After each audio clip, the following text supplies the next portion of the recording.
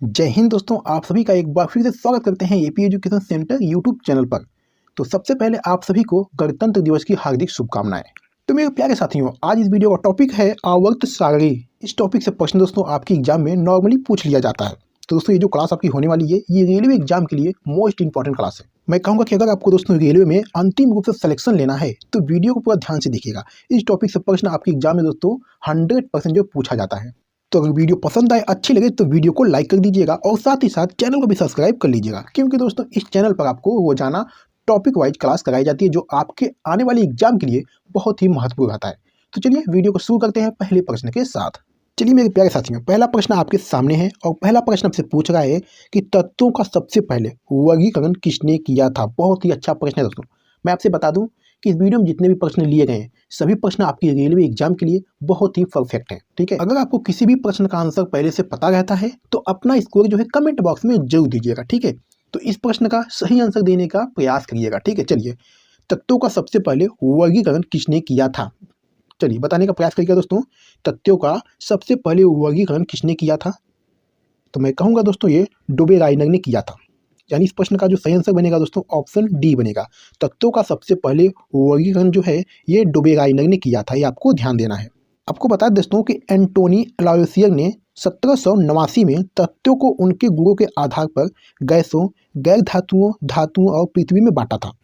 रूसी रसायनज्ञ Dmitry Mendeleev ने 1869 में तत्वों को परमाणु द्रव्यमान के आधार पर आवर्त सारणी में व्यवस्थित किया था दोस्तों। ठीक है, ये आपको ध्यान देना है। चलिए मेरे प्यारे साथियों, अगला प्रश्न देखिएगा। तत्वों के वर्गीकरण से संबंधित अष्टक नियम का प्रतिपादन किसने किया? बहुत ही अच्छा प्रश्न है दोस्तों। इस प्रश्न का सही आंसर देने का प्रयास करिएगा। तत्वों के वर्गीकरण से संबंधित अष्टक नियम किसने प्रतिपादन किया? तो मैं कहूँगा दोस्तों ये न्यूलैंड्स ने किया। यानी दूसरे प्रश्न का जो राइट आंसर बनेगा दोस्तों ऑप्शन सी बनेगा। ठीक है, न्यूलैंड्स ने दोस्तों ये नियम जो है साल 1865 में दिया था, ये आपको ध्यान देना है। न्यूलैंड्स ने ये नियम साल 1865 में दिया था। चलिए अगला प्रश्न देखिएगा। किस वैज्ञानिक ने सर्वप्रथम आवर्त सारणी का निर्माण किया? बहुत ही अच्छा प्रश्न है दोस्तों। इस प्रश्न का सही आंसर दीजिएगा। ठीक है, किस वैज्ञानिक ने सर्वप्रथम आवर्त सारणी का निर्माण किया? तो मैं कहूँगा दोस्तों ये मेंडलीफ ने किया। यानी इस प्रश्न का जो राइट आंसर बनेगा दोस्तों ऑप्शन ए बनेगा। आपको बता दें दोस्तों, रासायनिक तत्वों की आवर्त सारणी जो है रासायनिक तत्वों को उनकी संगत विशेषताओं के साथ एक सारणी के रूप में दर्शाने की व्यवस्था है दोस्तों। ठीक है, ये आपको ध्यान देना है। चलिए दोस्तों अगला प्रश्न देखिएगा। आधुनिक आवर्त नियम का प्रतिपादन किसने किया? बहुत ही अच्छा प्रश्न है दोस्तों। आधुनिक आवर्त नियम का प्रतिपादन किसने किया? चलिए इस प्रश्न का सही आंसर देने का प्रयास करिएगा, कोई भी दोस्त गलत नहीं करेगा। ठीक है, आधुनिक आवर्त नियम का प्रतिपादन किसने किया? तो मैं कहूँगा दोस्तों ये मोसले ने किया। यानी इस प्रश्न का जो राइट आंसर बनेगा दोस्तों ऑप्शन डी बनेगा। आपको बता दें कि हेनरी मोसले एक अंग्रेज भौतिक विज्ञानी थे। इन्होंने परमाणु संख्या के महत्व की खोज की और मोसले के नियम का प्रतिपादन किया। इन्होंने परमाणु संख्या और एक्सरे की आवृत्ति के बीच संबंध स्थापित किया दोस्तों। ठीक है, ये आपको ध्यान देना है। चलिए मेरे प्यारे साथियों, अगला प्रश्न देखिएगा। मेंडलीव के आवर्त सारणी में तत्वों के वर्गीकरण का आधार क्या है? तो मैं कहूँगा दोस्तों ये द्रव्यमान है। यानी इस प्रश्न का जो राइट आंसर बनेगा दोस्तों ऑप्शन ए बनेगा। मेंडलीव के आवर्त सारणी में तत्वों के वर्गीकरण का आधार दोस्तों परमाणु द्रव्यमान है। ठीक है, चलिए दोस्तों अगला प्रश्न देखिएगा। आधुनिक आवर्त सारणी में तत्वों के वर्गीकरण का आधार क्या है? चलिए इस प्रश्न का सही आंसर दीजिएगा, कोई भी दोस्त गलत नहीं करेगा। ठीक है, आधुनिक आवर्त सारणी में तत्वों के वर्गीकरण का आधार क्या है? तो मैं कहूँगा दोस्तों ये परमाणु संख्या है। यानी इस क्वेश्चन का सही आंसर दोस्तों ऑप्शन बी जाएगा। आपको याद रखना है, आधुनिक आवर्त सारणी में तत्वों के वर्गीकरण का आधार क्या है? तो परमाणु संख्या है दोस्तों। ठीक है, चलिए अगला प्रश्न देखिएगा। आधुनिक आवर्त सारणी में वर्गों की कुल संख्या कितनी है? बहुत ही अच्छा प्रश्न है दोस्तों। आधुनिक आवर्त सारणी में वर्गों की कुल संख्या कितनी है? तो मैं कहूँगा दोस्तों ये 18 है। यानी इस क्वेश्चन का सही आंसर दोस्तों ऑप्शन डी जाएगा। एक बार फिर से देखिएगा दोस्तों, आधुनिक आवर्त सारणी में वर्गों की कुल संख्या दोस्तों 18 है, ये आपको ध्यान देना है। ठीक है, चलिए अगला प्रश्न देखिएगा। आधुनिक आवर्त सारणी में आवर्तों की कुल संख्या कितनी है? बहुत ही अच्छा प्रश्न दोस्तों। इस प्रश्न का सही आंसर दीजिएगा। आधुनिक आवर्त सारणी में आवर्तों की कुल संख्या कितनी है? तो मैं कहूँगा दोस्तों ये 7 है। ठीक है, आधुनिक आवर्त सारणी में आवर्तों की कुल संख्या दोस्तों 7 है। यानी इस प्रश्न का जो राइट आंसर बनेगा दोस्तों ऑप्शन बी बनेगा। चलिए अगला प्रश्न देखिएगा। आधुनिक आवर्त सारणी में तत्वों को व्यवस्थित किया जाता है। तो दोस्तों ये बढ़ते हुए परमाणु संख्या में व्यवस्थित किया जाता है। ध्यान दीजिएगा दोस्तों, आधुनिक आवर्त सारणी में तत्वों को व्यवस्थित किया जाता है तो बढ़ते हुए परमाणु संख्या में दोस्तों व्यवस्थित किया जाता है। ठीक है, इस प्रश्न का दोस्तों राइट आंसर ऑप्शन डी हो जाएगा। चलिए दोस्तों अगला प्रश्न देखिएगा। किस वर्ग के तत्वों को सिक्का धातु कहा जाता है? Very very important question.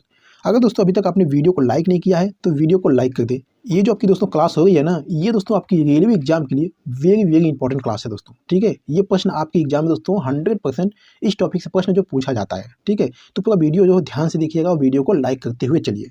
तो चलिए इस प्रश्न का सही आंसर देने का प्रयास करिएगा कि इस वर्ग के तत्वों को सिक्का धातु कहा जाता है। तो मैं कहूँगा दोस्तों समूह 11 को सिक्का धातु कहा जाता है, यानी इस प्रश्न का जो राइट आंसर बनेगा दोस्तों ऑप्शन सी बनेगा। दोस्तों आवर्त सारणी के समूह 11 के तत्वों को सिक्का धातु कहा जाता है। इन तत्वों के रासायनिक नाम दोस्तों हैं तांबा, चांदी और सोना दोस्तों। ठीक है, चलिए मेरे प्यारे साथियों अगला प्रश्न देखिएगा, शून्य समूह में रखे गए तत्व किस नाम से जाने जाते हैं। बहुत ही अच्छा प्रश्न है दोस्तों। शून्य समूह में रखे गए तत्व जो है ये किस नाम से जाने जाते हैं। तो मैं कहूँगा दोस्तों ये निष्क्रिय तत्व के नाम से जाने जाते हैं। ठीक है, इसे निष्क्रिय तत्व के नाम से जाना जाता है, यानी इस क्वेश्चन का सही आंसर दोस्तों ऑप्शन डी जाएगा। ठीक है, शून्य समूह में रखे गए तत्व दोस्तों निष्क्रिय तत्व के नाम से जाने जाते हैं।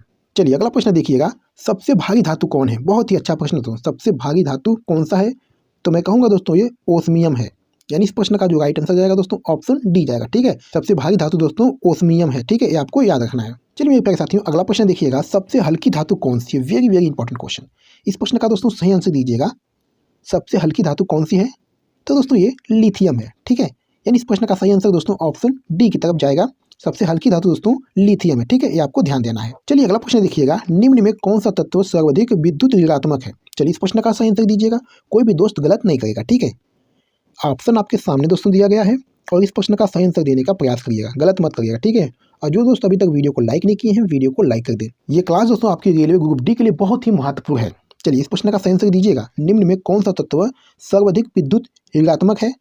तो मैं कहूँगा दोस्तों ये फ्लोरीन है, यानी इस प्रश्न का सही आंसर दोस्तों ऑप्शन बी हो जाएगा।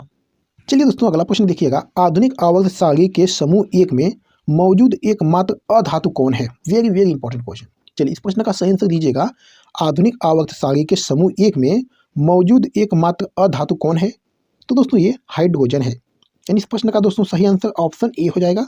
ये आपको ध्यान देना है, आधुनिक आवर्त सारणी के समूह 1 में मौजूद एकमात्र अधातु जो है वो दोस्तों हाइड्रोजन है। ठीक है, चलिए मेरे प्यारे साथियों अगला प्रश्न देखिएगा, आवर्त सारणी में अधातुओं को किस ओर स्थान दिया गया है, यानी दोस्तों किस साइड जो है स्थान दिया गया है। चलिए इस प्रश्न का सही आंसर दीजिएगा, कोई भी दोस्त गलत नहीं करेगा। ठीक है, आवर्त सारणी में अधातुओं को किस ओर स्थान दिया गया है। तो मैं कहूँगा दोस्तों ये दाहिने ओर स्थान दिया गया है, यानी इस प्रश्न का सही आंसर दोस्तों ऑप्शन ए हो जाएगा। ठीक है, ये आपको ध्यान देना है, आवर्त सारणी में अधातुओं को दोस्तों दाहिने की ओर स्थान दिया गया है। चलिए अगला प्रश्न देखिएगा, वे तत्व जो इलेक्ट्रॉन को ग्रहण करते हैं और ऋणात्मक आयन बनाते हैं वो क्या होते हैं दोस्तों। चलिए इस प्रश्न का सही आंसर दीजिएगा, वे तत्व जो इलेक्ट्रॉन को ग्रहण करते हैं और ऋणात्मक आयन बनाते हैं वो क्या होते हैं। तो दोस्तों वो अधातु होते हैं। ठीक है, ध्यान दीजिएगा, वो दोस्तों अधातु होते हैं, यानी इस प्रश्न का दोस्तों राइट आंसर ऑप्शन बी हो जाएगा। ठीक है, वे तत्व जो इलेक्ट्रॉन को ग्रहण करते हैं और ऋणात्मक आयन बनाते हैं वो दोस्तों अधातु होते हैं। ठीक है, चलिए दोस्तों अगला प्रश्न देखिएगा, आवर्त सारणी को कितने ब्लॉक में बांटा गया है। बहुत ही अच्छा प्रश्न दोस्तों, इस प्रश्न का सही आंसर दीजिएगा दोस्तों, आवर्त सारणी को कितने ब्लॉक में बांटा गया है। तो दोस्तों ये 4 ब्लॉक में बांटा गया है, यानी इस प्रश्न का सही आंसर दोस्तों ऑप्शन डी हो जाएगा। चलिए अगला प्रश्न देखिएगा, किस ब्लॉक का तत्व साधारणतः रंगीन यौगिक का निर्माण करता है। Very very important question. चलिए इस प्रश्न का सही आंसर दीजिएगा दोस्तों, किस ब्लॉक का तत्व साधारणतः रंगीन यौगिक का निर्माण करता है। तो मैं कहूँगा दोस्तों ये यस ब्लॉक का करता है, यानी इस प्रश्न का दोस्तों सही आंसर ऑप्शन ए की तरफ जाएगा। चलिए अगला प्रश्न देखिएगा दोस्तों, जब कोई उदासीन परमाणु एक इलेक्ट्रॉन ग्रहण करता है तो उसके फलस्वरूप उत्पन्न ऊर्जा क्या कहलाता है। Very very important question. चलिए इस प्रश्न का सही आंसर दीजिएगा दोस्तों, कोई भी दोस्त गलत नहीं करेगा। ठीक है, जब कोई उदासीन परमाणु एक इलेक्ट्रॉन ग्रहण करता है तो उसके फलस्वरूप उत्पन्न ऊर्जा क्या कहलाता है। तो दोस्तों ये इलेक्ट्रॉन बंधुता कहलाता है, यानी इस प्रश्न का सही आंसर ऑप्शन ए हो जाएगा दोस्तों, इलेक्ट्रॉन बंधुता कहलाता है। ये आपको ध्यान देना है। अगला प्रश्न देखिएगा दोस्तों, मेंडलीव का संबंध किस देश से है। तो दोस्तों मेंडलीव का संबंध जो है ये रूस देश से है। ठीक है, यानी इस प्रश्न का राइट आंसर दोस्तों ऑप्शन बी हो जाएगा, मेंडलीव का संबंध जो है ये रूस देश से है। ठीक है, चलिए दोस्तों अगला प्रश्न देखिएगा, आधुनिक आवर्त सारणी के किस समूह में केवल 7 तत्व हैं। तो मैं कहूँगा दोस्तों ये समूह 1 में जो है केवल 7 तत्व हैं। ठीक है, ये आपको ध्यान देना है, आधुनिक आवर्त सारणी के समूह 1 में दोस्तों केवल 7 तत्व हैं, यानी इस प्रश्न का दोस्तों सही आंसर ऑप्शन ए हो जाएगा। चलिए मेरे प्यारे साथियों अगला प्रश्न देखिएगा, पृथ्वी पर सबसे अधिक मात्रा में पाए जाने वाला धातु तत्व कौन सा है। चलिए इस प्रश्न का सही आंसर दीजिएगा, पृथ्वी पर सबसे अधिक मात्रा में पाए जाने वाला धातु तत्व कौन सा है। ऑप्शन दोस्तों आपके सामने है, इस प्रश्न का सही आंसर क्या हो सकता है। पृथ्वी पर सबसे अधिक मात्रा में पाए जाने वाला धातु तत्व कौन सा है? तो मैं कहूँगा दोस्तों ये एल्युमिनियम है। यानी इस प्रश्न का सही आंसर दोस्तों ऑप्शन बी हो जाएगा। चलिए अगला प्रश्न देखिएगा, पृथ्वी पर सबसे अधिक मात्रा में पाए जाने वाला तत्व कौन सा है? चलिए इस प्रश्न का सही आंसर दीजिएगा, पृथ्वी पर सबसे अधिक मात्रा में पाए जाने वाला तत्व कौन सा है? तो मैं कहूँगा दोस्तों ये ऑक्सीजन है। ठीक है, यानी इस प्रश्न का सही आंसर दोस्तों ऑप्शन ए हो जाएगा। पृथ्वी पर सबसे अधिक मात्रा में ऑक्सीजन पाया जाता है दोस्तों। ठीक है, चलिए मेरे प्यारे साथियों इस वीडियो का लास्ट क्वेश्चन है, प्रत्येक आवर्त का अंतिम सदस्य होता है। प्रत्येक आवर्त का अंतिम सदस्य होता है तो दोस्तों ये निष्क्रिय गैस होता है। ठीक है, यानी इस प्रश्न का जो सही आंसर जाएगा ऑप्शन सी जाएगा। ठीक है, प्रत्येक आवर्त का अंतिम सदस्य जो है ये निष्क्रिय गैस होता है, ये आपको याद रखना है। तो मेरे प्यारे साथियों वीडियो को पसंद करते हैं और आपने कितने प्रश्नों के आंसर सही किए हैं अपना इसको कमेंट बॉक्स में जरूर दीजिएगा। ठीक है, तो चलिए फिर मिलते हैं आपसे अगली वीडियो में, तब तक के लिए धन्यवाद।